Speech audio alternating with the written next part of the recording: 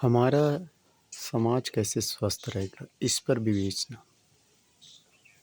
जिस तरह से फूल स्वस्थ दिखाई दे रहा है, इसी तरह हमारा समाज का हर व्यक्ति स्वस्थ दिखाई दे।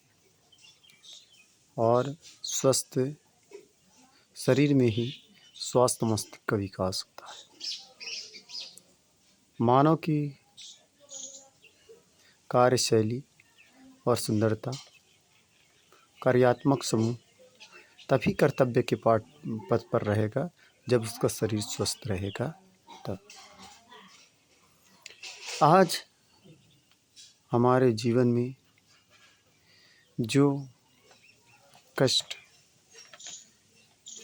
हो रहे हैं वो तमाम कृत्रिम अवस्थाओं का पालन करने के कारण हो रहा है। दर प्रतिदिन प्लास्टिक और तमाम जैविक पदार्थ खाने के कारण, जो कि पहले ऐसी स्थिति नहीं थी।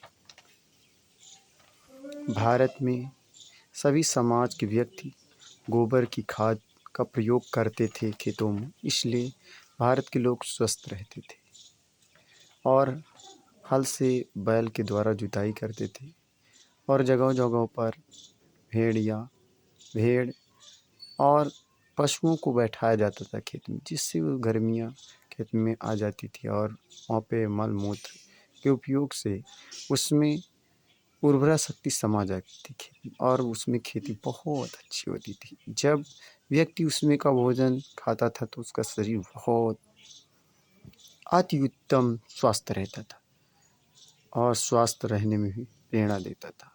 और लोग आजकल तो बीमारी के खाने को बहुत इच्छुक ही हो गए हैं, जो कि गैस के खानों को प्रयोग में ला रहे हैं और इन खानों को खाने से व्यक्ति पीड़ित होगा ही, इसलिए कि जो रसोई में खाना बनाया जाता है वो बहुत अति सुंदर और सुहावना होता है। रसोई का खाना खाने से बहुत खुशियाँ मिलती हैं और उन भोजनों को खाने से शरीर स्वस्थ भी रहता है। स्वस्थ शरीर में ही स्वस्थ मस्तिष्क का निर्माण होता है, जिससे हमें सोचने में कोई संतुलन हमारा बिगड़ता नहीं है और हमारा शरीर स्वस्थ ही रहता है। पढ़ाई के क्षेत्र में, खेल के क्षेत्र में, किसानी के क्षेत्र में, सदियों एक दूसरे की सोच के क्षेत्र में अच्छा रहता है और इस प्रमाण सिद्ध को सिद्धांत ही बताता है। जैसे नदियाँ एक है और उसके नाम अनेक है। अगर हमें स्वस्थ रहना है तो हमें पशुओं का सही ध्यान और निरीक्षण करना होगा। पशु ही हमारे जीवन के सबसे बड़े पहलू हैं, जो कि अच्छे से अच्छे किसानी करने में सहायता करते हैं और उनका योगदान सहस्र और सहभागिता के लिए सबसे आगे रहेगा और अग्रसित होगा। भारत के हर नवयुवक प्रणाली और नवयुवक की यही पहचान होगी, कोई जानवरों को सही से देख रेख और उनको भोजन पानी उनको सही सही देते रहेंगे सही टाइम पे, तो अवश्य ही भारत एक स्वस्थ भारत बनकर तैयार होगा।